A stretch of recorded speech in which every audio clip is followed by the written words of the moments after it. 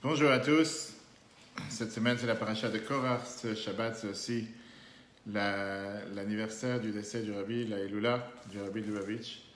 Un jour important, un jour pour pouvoir pas seulement être présent avec les prières, en demandant au Rabbi tout ce qu'on a besoin, mais profiter de l'occasion pour demander pour tous les proches, pour tous ceux qui ont besoin de Refoua Shlema. Et on peut aussi prier pour cette jeune fille qui a été poignardée hier à Fula, en Israël, Shuva Bat Michal, qu'elle soit en parfaite santé et une parfaite guérison.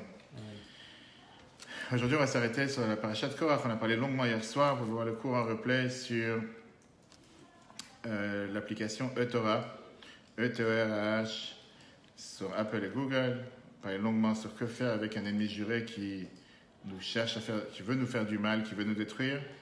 Et hier après-midi, on a parlé sur l'autre cours, sur la paracha de Korach, sur comment Moshe a réagi face à Datan et Aviram.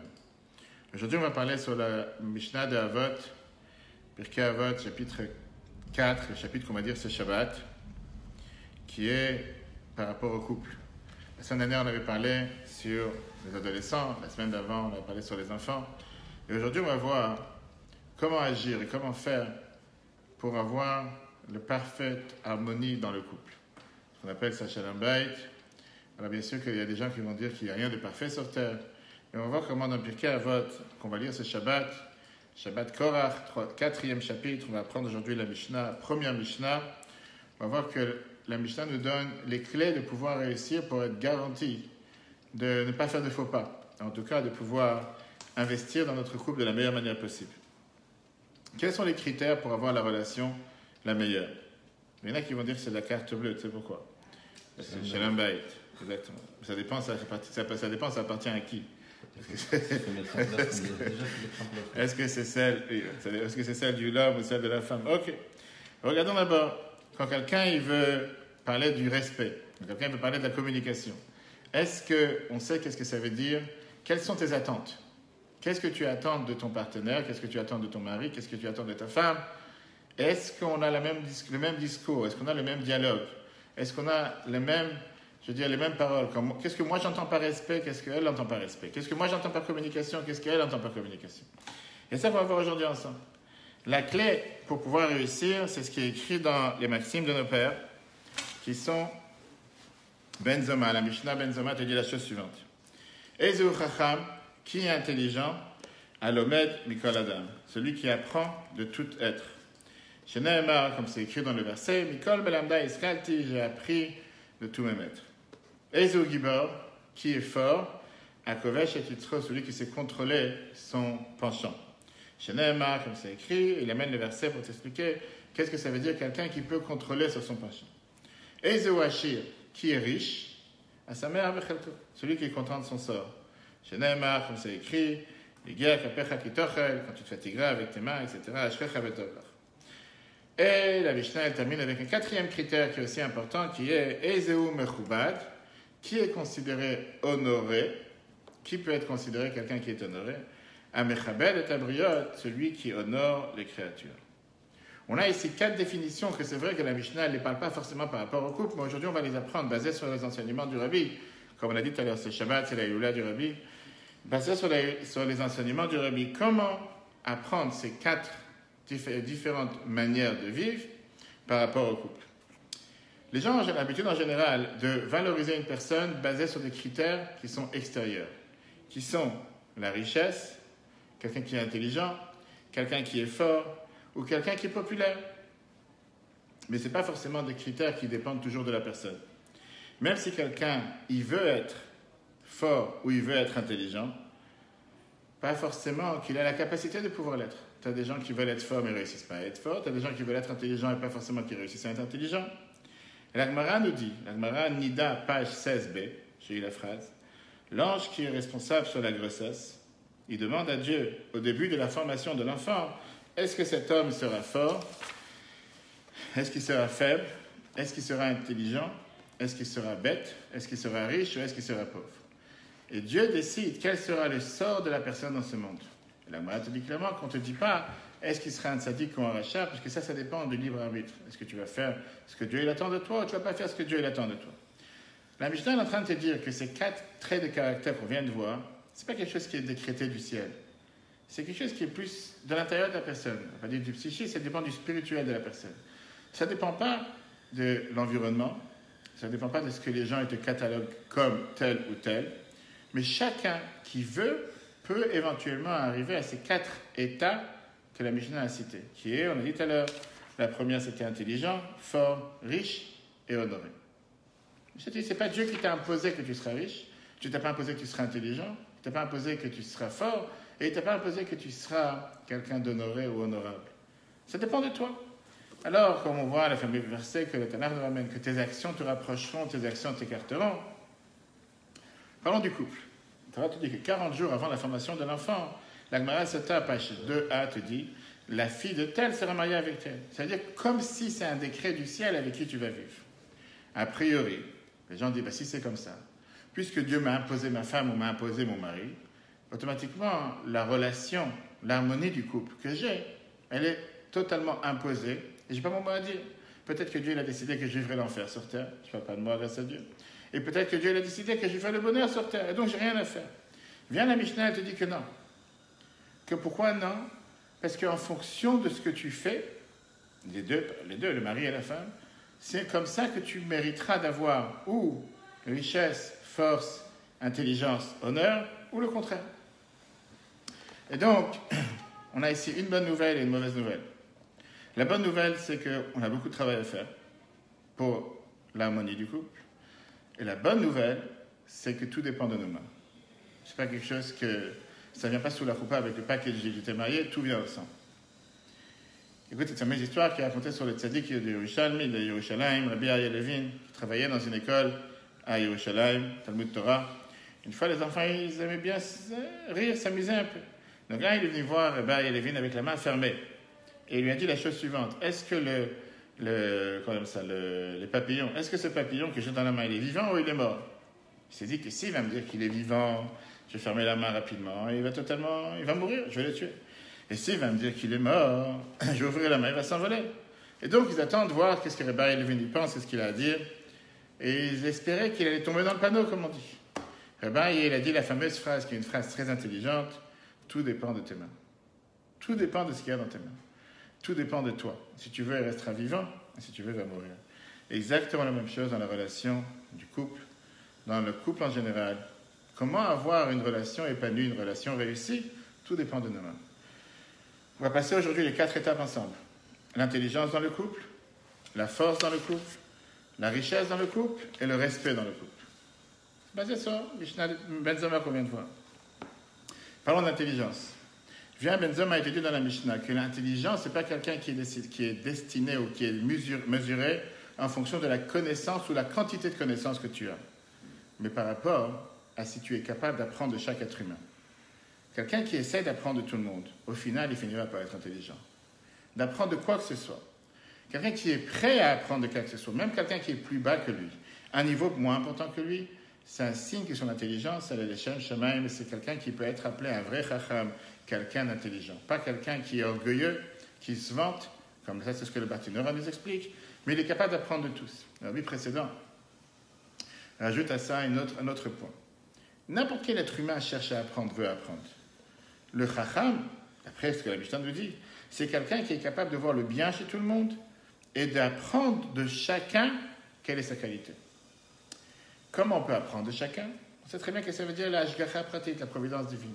Le fait que Dieu il a fait qu'on s'est rencontrés, ça veut dire que je peux apprendre quelque chose de chacun. Je peux apprendre quelque chose de la personne. Sinon, je ne serais pas rencontré. Reb Zushan Anipoli, le rabbi, il écrit ça dans la Yom Yom, 3 Iya, les 2 de sagesse journalière, qu'on peut apprendre de tous, même d'un voleur. Tu vas me dire, quoi, un voleur peut apprendre quelque chose de bien? Non, pas forcément d'imiter un voler. Mais il y a 7 traits de caractère, 7 manières d'agir que le voleur fait, et qu'un être humain peut les prendre pour les faire avec ça des bonnes choses. Il te dit la même chose. D'abord, il essaie de se cacher. Il ne fait pas ça en flagrant délit devant tout le monde. Même si aujourd'hui tu as des vols à l'arracher, vols à la portière, etc. En général. Deuxièmement, il se met en danger pour atteindre son but. Troisièmement, même une chose petite, il la considère comme une chose grande. Quatrièmement, il se fatigue avec beaucoup d'efforts. Il agit rapidement. Il a l'espoir de réussir. Et s'il n'a pas réussi la première fois, il recommence une deuxième fois. Rabbi te dit qu'on peut apprendre exactement ces mêmes qualités dans la vie de chacun d'entre nous. Pour le chemin de Dieu, mais c'est pour servir Dieu. Alors, qu'est-ce que ça veut dire être intelligent dans le couple? Est-ce que ça dépend des diplômes qui sont affichés dans les salons, dans le bureau du mari ou de la femme? Ou bien les sujets de connaissances que l'un ou l'autre ont obtenus durant leurs années scolaires? Pas forcément. Tu peux avoir un mari qui est un grand connaisseur, qui est quelqu'un qui comprend dans les vins les plus bons de France, ou une femme qui parle 7 langues. Tout ça, ce sont des caractères intéressants, ce sont des qualités intéressantes, mais ce n'est pas ça qui va ramener plus de sens et d'intelligence dans le couple. Bien, la Mishnah, elle te dit, pour pouvoir être intelligent, réussir avec l'intelligence dans le couple, il faut pouvoir regarder l'autre en regardant ses qualités. Apprendre ses points positifs et apprendre ses points forts. Parce que chaque être humain sur Terre a des bonnes choses. Et chaque être humain a des choses que tu peux apprendre de lui. Regardons Rachel. Rachel, qui était la femme de Rabbi Akiva, elle a regardé ce Rabbi Akiva qui était un simple berger, qui était bête, qui était analphabète, qui ne savait pas lire, qui était totalement ignorant. Mais elle a choisi par rapport à ses bons traits de caractère, son potentiel et sa personnalité. Elle a eu confiance en lui. Et à la fin, ça a prouvé qu'elle avait raison. Rabbi Akiva est devenu Rabbi Akiva. De là, à part le fait qu'on doit apprendre les qualités et les bonnes conduites de l'un et de l'autre, le Baal Shem Tov te donne ici aussi un point positif qui est que l'autre, en réalité, surtout la personne avec qui on vit, c'est ton miroir. Quand tu vois dans l'autre un défaut, quelque chose qui te dérange, quelque chose qui te fait sortir de tes gonds, certainement que c'est un miroir qui vient montrer quel est ton propre manque. Parce qu'en réalité, on voit beaucoup de défauts chez les autres et on se dit, bon, c'est pas grave, on avance. Mais dès que quelqu'un te demande c'est quoi ton défaut, tu dois te dire pourquoi j'ai un tel défaut, qu'est-ce qui s'est passé? Comme on sait que Dieu il dirige le monde avec la providence divine, le fait que Dieu m'a envoyé tel partenaire, telle femme ou tel homme, qui parfois m'énerve ou m'exaspère pour telle ou telle chose, ça veut dire qu'il y a quelque chose en moi que je dois réparer. Et automatiquement, je ne vais pas prendre ça tellement à cœur. Ça veut dire facile à dire, pas facile à faire. On l'a dit au départ, c'est des choses qui ne sont pas forcément... La vie de couple n'est pas une vie qui est facile. Mais c'est le plus grand bonheur qu'il peut avoir sur Terre. Deuxième point. On a parlé d'intelligence, maintenant parlons de ce qui est la force dans le couple. Il y avait, quand tu parles de force, on ne parle pas maintenant de force physique, que Dieu nous en préserve, mais dans un couple, tu as chaque fois le mari ou la femme qui essaie de montrer qui aura le dernier mot, qui est le plus fort, qui va obtenir le dernier mot. Alors tu as des fois quelqu'un, quand on dit à un homme, essaie de te contrôler, essaie de ne pas laisser à te soumettre à tes fantasmes ou tes envies, c'est un acte de faiblesse. Moi, je suis l'homme de la maison, je dois m'imposer. Quand la Mishnah, elle te dit, c'est qui le fort? On l'a dit tout à l'heure, c'est quoi? Celui qui sait contrôler, qui sait dominer son penchant. Quand quelqu'un, il sait être plus fort que ses volontés naturelles, et il ne sait pas se soumettre, parce que le mot soumettre n'est pas un mot exact, mais il sait comment, pas forcément s'écouter ou céder à ses propres envies, il est garanti de pouvoir réussir. C'est beaucoup plus facile de mettre l'autre à sa place que de se mettre à sa place. Avec une trace de corps, il s'est dit la chose suivante. Ezeu Gibor Akovesh Atitro, que la Mishnah te dit, qui c'est qui est fort? Celui qui contrôle son penchant, c'est ton penchant que tu dois contrôler, pas le penchant de l'autre. C'est tellement plus facile à dire, c'est de la faute de l'autre. Peut-être c'est ta faute. Particulièrement avec les femmes. Écoute ce que la vie te dit. Une femme, en règle générale, elle est beaucoup moins forte physiquement, mais spirituellement, dans son âme, elle est beaucoup plus riche. Elle a beaucoup plus cette qualité de vouloir céder, de vouloir faire des sacrifices. Même une femme qui a une force physique et qui est têtue ou dure, certaines personnes des fois osent dire de même, elle peut utiliser cette qualité pour ajouter dans l'harmonie dans le couple, à la place de se battre et à la place de vouloir encorner l'autre ou à la place de faire du mal à l'autre. Parce qu'elle va toujours essayer de tout faire pour amener l'harmonie dans le couple. La Kabbale te dit que Gibor, qui veut dire Gvura, la dureté, la rigueur, c'est la même chose que la Sphira, la tribu avec laquelle Dieu a créé le monde. Dans Mishle, le roi Shlomo HaMelech, il te dit Ani Bina li Gvura. Bina, qui est l'intellect, est comparé avec la force. La Gemara nous dit Bina yetera nitna be'isha. Les femmes ont beaucoup plus de, pas seulement connaissance de l'intellect, de pouvoir utiliser cette force et cette capacité d'analyser les choses, de finesse aussi, pour pouvoir mettre les choses en application pour le bien-être de leur couple. Regarde ce que le Rabbi écrit. L'importance de savoir céder dans le couple. On n'a pas dit maintenant de faire des concessions. Sur ça, le Rabbi est 100% contre. Parce que vivre avec concessions, tôt ou tard, on va s'en lasser, on en a vraiment marre. Je te lis le texte que le Rabbi écrit la chose suivante. La qualité qu'on a trouvée chez Rachel, qu'elle était prête à céder d'elle-même. Céder sur le fait qu'elle aurait dû être enterrée avec Yaakov dans la cave des patriarches. Elle a préféré ne pas être enterrée avec son mari, son bien-aimé pour qui il a travaillé 14 ans, pour pouvoir aider ses enfants. La Bible dit que ça, c'est la qualité suprême qu'il y a chez chaque femme juive, qui est appelée dans la Torah le pilier de la maison. Et on sait combien une femme fait des sacrifices, rien que des fois sacrifier sa carrière, sacrifier sur son corps, sacrifier sur ses hormones, sacrifier sur son changement pour avoir un enfant. Qu'un homme, pas forcément, aurait été prêt à faire tant de sacrifices pour avoir un enfant. De l'autre côté, Dieu a donné une autre qualité aux femmes qu'ils ont la possibilité d'influencer avec la parole, en essayant de comprendre.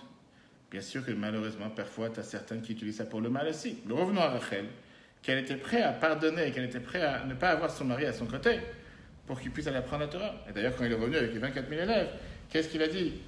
Tout ce que j'ai et tout ce qu'ils ont, ça lui appartient à elle. C'est grâce à son mérite.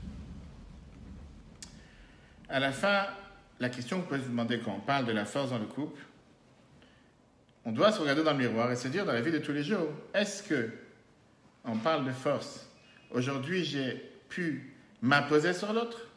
Ou est-ce qu'aujourd'hui, j'ai été capable de céder à l'autre? Est-ce qu'aujourd'hui, j'ai été capable d'être fort sur moi-même pour accepter l'autre? Ou bien, j'ai préféré être fort sur l'autre en le faisant plier à mes besoins? Peut-être forcément aussi des rapports de force. L'un ou l'autre. L'un ou l'autre, ça reste un rapport de force. Oui, mais on ne parle pas d'un rapport de force physique. Bien sûr, c'est un rapport de force. Mais la question, elle est justement... Alors, c'est pour ça que la Mishnah te dit que c'est qui est le fort? Pas celui qui sait faire tomber l'autre. Celui qui est fort, c'est celui qui sait s'auto-contrôler. Peut-être c'est parce que j'ai envie, mais c'est ce que ma femme, elle a envie. Peut-être elle est dans son sens. Ah, j'aurai pas le dernier mot à cause de ça. Et qui dit que je dois avoir le dernier mot? C'est continuel. Ah, bien sûr, ça va dans les deux sens. C'est pas seulement d'un envers l'autre. Parlons de la richesse dans le couple. Quand la Mishnah te dit c'est qui est riche, celui qui est content de ce qu'il a, c'est énormément important quand on parle de couple. Parce que des fois, tu peux avoir un couple qui a de l'argent sans limite. Et que l'argent, tu peux avec ça amener des médicaments, mais pas la guérison. Tu peux amener une maison, mais tu ne pourras pas amener une résidence, un nouvel édifice qu'on va créer ensemble. Avec l'argent, tu peux acheter tous les biens sur terre, mais tu ne peux pas acheter la joie.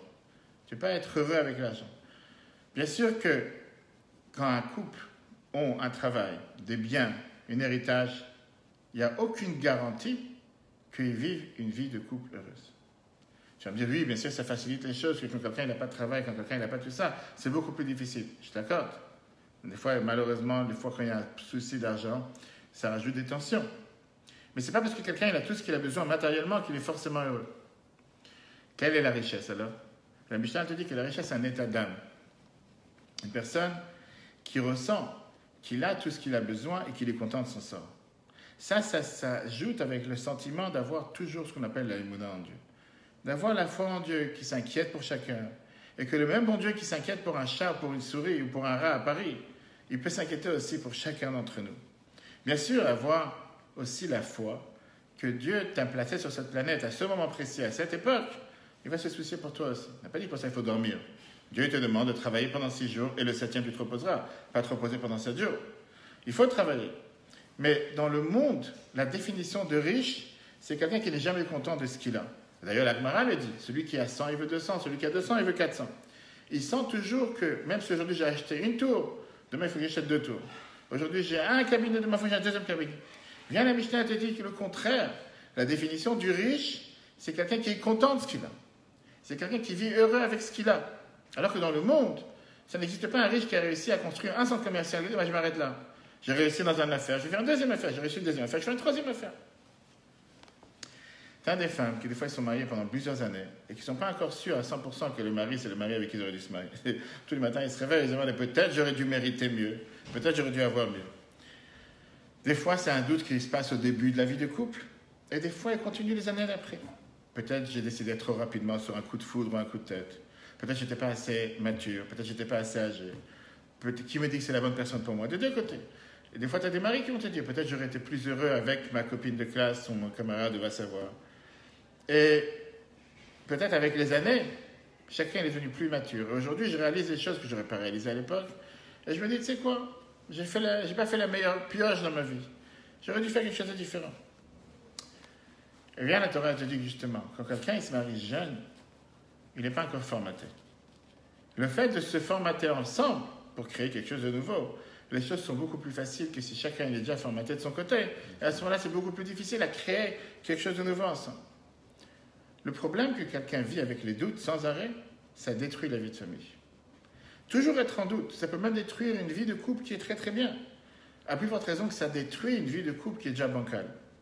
Quand une femme ou un homme comprennent que la personne avec qui je suis sous le même toit, c'est la moitié de ma neshama, la moitié de mon âme, qu'on s'est réunis sous la roupa, à ce moment-là, on commence à investir dans notre couple et tout commence à fleurir.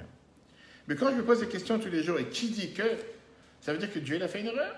Il a fait en sorte qu'on s'est rencontrés. Peut-être qu'il n'a pas fait le bon choix. Ce jour-là, il était au chômage.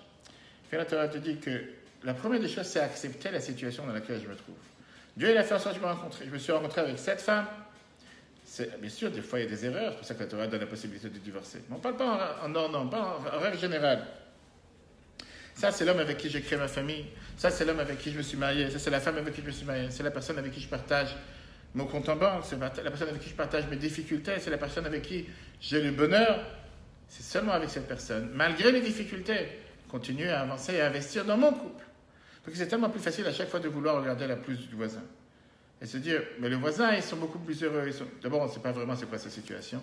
Et deuxièmement, et tu penses que tu vas être heureux avec le voisin. Demain, tu auras le voisin, tu verras le voisin du voisin. Et au final, c'est des gens que toute leur vie sont jamais heureux, jamais contents. Le fait de comprendre que mon mari ou ma femme, c'est la moitié de mon âme, et je suis content de mon sort, ça fait en sorte que le mari ou la femme sont heureux, et donc toute la famille, toute la maison est heureuse. Sur ce rôle-là des femmes, l'Arbi parlait chaque année, cette semaine et la semaine dernière, à toutes les filles et les femmes qui recevaient le diplôme des études, ce qu'on appelle en anglais graduation. L'Arbi le recevait, il avait un discours spécialement pour eux. Ma fille vient faire la graduation, c'est hier, avant-hier. Et regarde ce que l'Arbi te dit. En cette époque dans laquelle on vit, je te lis la lettre, les femmes juives doivent savoir de réaliser l'importance et la responsabilité qu'ils ont sur leur fardeau par rapport à la maison. Ils doivent savoir le rôle qu'ils ont de pouvoir faire entrer de la chaleur dans la maison, la lumière dans la maison, la joie dans la maison, que ce soit une vraie maison juive qui est éclairée et qui est joyeuse. Et ça dépend beaucoup plus de la femme que de l'homme. Ce sont des traits de caractère que la femme a beaucoup plus de rôle à jouer que l'homme à jouer.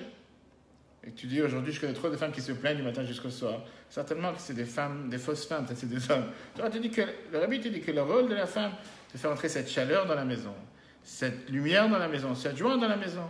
Ça dépend plus d'elle que de le mari. Ça veut dire que quand la source de joie ou la source de force, c'est une source extérieure comme l'argent, peut disparaître.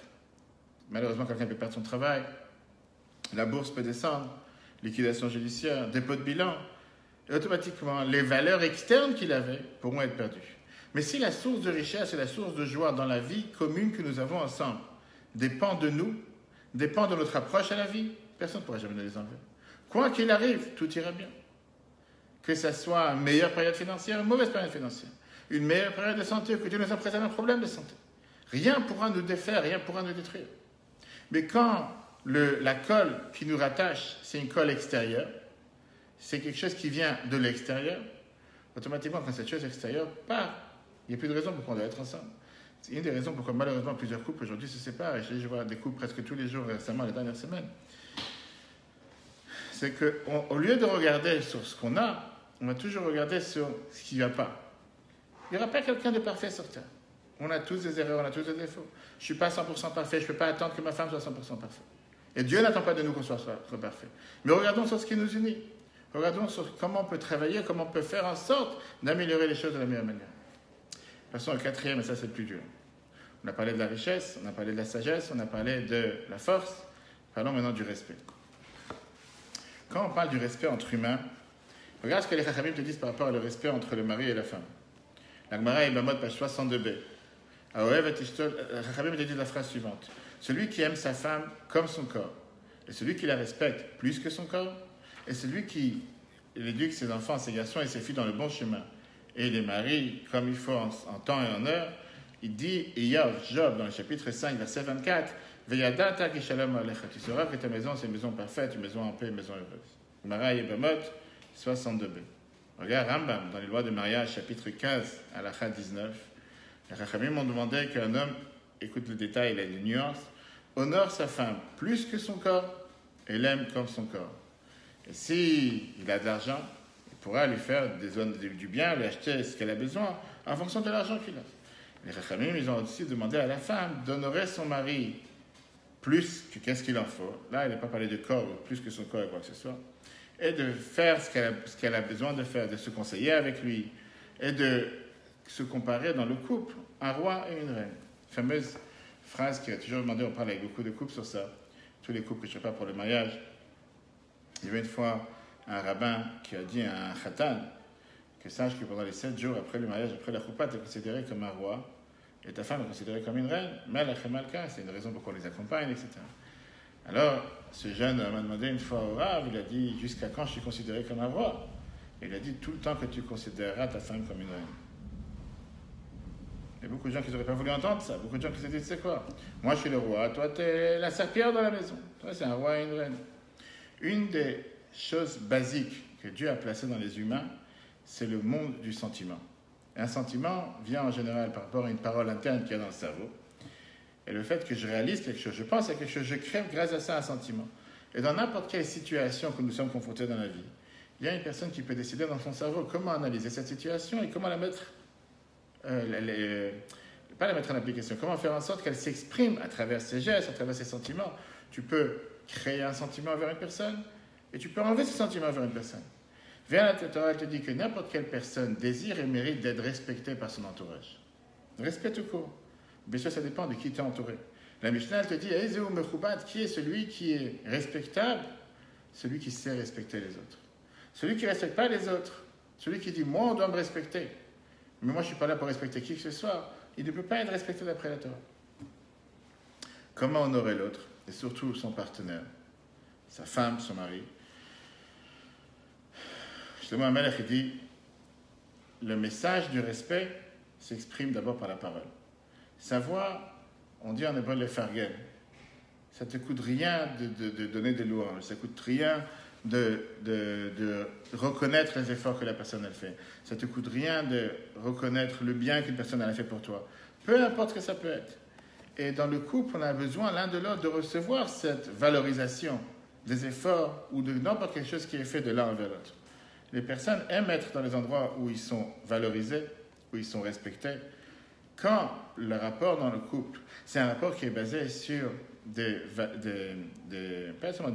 des valorisations, le respect de l'un envers l'autre, savoir valoriser l'un envers l'autre, automatiquement c'est un rapport qui se construit, qui s'intensifie, où il y aura plus d'amour, il y aura plus de respect. Jusqu'à présent, comme je t'ai dit, on a parlé de Rabbi Akiva et Rachel. Quand il est revenu, on a dit tout à l'heure, avec 24 000 élèves. Et tout le monde est sorti dans la ville pour accueillir ce fameux grand rabbin qui est revenu avec 24 000 élèves. Rabbi Akiva, il dit à ses élèves, Sheli v'shelachem shelao. Tout ce que j'ai et tout ce que vous avez, l'étude de la Torah qu'on a fait, ça lui appartient. Il savait comment valoriser les efforts de sa femme qu'elle a fait, qu'elle a été d'accord de se séparer de lui pendant tant d'années pour revenir avec tant d'élèves, etc. Maintenant, bien sûr que quand tu donnes pas des récompenses, quand tu valorises et quand tu donnes des remerciements et des honneurs à une personne, ça doit être adapté. Ce n'est pas fait pour faire honte ou pour, soi-disant, aujourd'hui on se vante avec des ballons d'air, que la personne sait que tu dis une chose et tu ne penses pas une minute à ce que tu es en train de dire.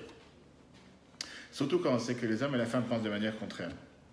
On sait que le but pourquoi Dieu a mis un homme et une femme sous le même toit, c'est pour compléter l'un l'autre avec les différences qui existent et qui existeront toujours. Tu ne peux pas attendre de ton mari de se comporter avec toi comme une de tes copines. De la même manière, tu ne peux pas attendre de ta femme de se comporter comme une des femmes que tu connais dans la société ou comme une des femmes que tu connais dans la boîte. Regarde une des lettres que le rabbi précédent écrit de manière tellement claire. Quel est le type de respect qu'on doit avoir dans le couple? Je lis la lettre. La vie de couple, la vie de famille heureuse, le rapport raffiné entre le mari et la femme un avec l'autre, à part le fait que c'est une des mitzvot que Dieu nous a donné comme chance, c'est aussi la meilleure éducation qu'on peut donner à nos enfants. Quand une femme, elle se comporte dans sa maison avec sagesse, bien sûr basée d'après la Torah, automatiquement elle a une beaucoup plus grande influence sur son mari et ses enfants. Et lui, de son côté, être capable d'agir calmement, avec finesse, en étant raffiné, avec le plus grand respect. Une telle conduite peut amener la famille à être heureuse. Une telle atmosphère dans la maison amène la joie dans la maison et la réussite dans la maison. Quand un trouve un défaut chez l'autre, on a le devoir de le réparer, mais avec des paroles de bon sens, avec un bon caractère, et surtout pas utiliser un langage dur ou bien une atmosphère ou un aspect de colère. Rabbi, il écrit dans une autre lettre, plus va grandir l'harmonie dans le couple, plus va grandir les efforts que l'un fait envers l'autre, plus grandira la bénédiction de Dieu pour les deux dans tout ce qu'ils ont besoin, et avec ça, être baigné des enfants en bonne santé, de les grandir dans la Torah, la choupa et les bonnes actions. Terminons avec la dernière lettre. Rabbi te dit qu'on doit tout faire dans notre génération pour faire grandir la paix dans le couple, l'harmonie dans le couple entre un mari et sa femme.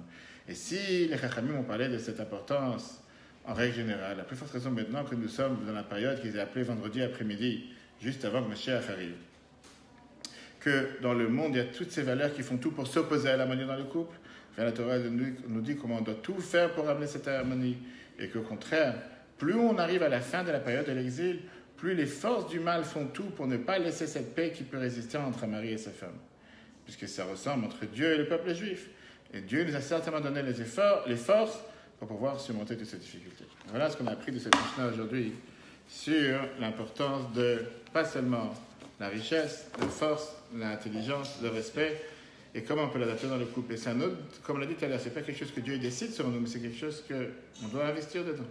Ah, tu vas dire, c'est pas facile. Depuis le départ, s'être mis un homme et une femme ensemble, c'est pas facile. Et quand on le fait, on est garanti de voir les bénédictions de Dieu. Le cours sera replay sur l'application eTorah, E-T-O-R-A-H, sur Google et Apple. Et comme j'ai dit tout à l'heure, ce Shabbat, c'est la Youla du Rabbi. J'aurai la chance d'être sur le Youla du Rabbi si Dieu veut ce Shabbat. Et donc, profitons pour écrire sur l'application OEL, O-H-E-L, ou bien envoyer un email sur la tombe du Rabbi, ol@olchabad.org, ou sur le Bet Chabad, info@chabad77.org.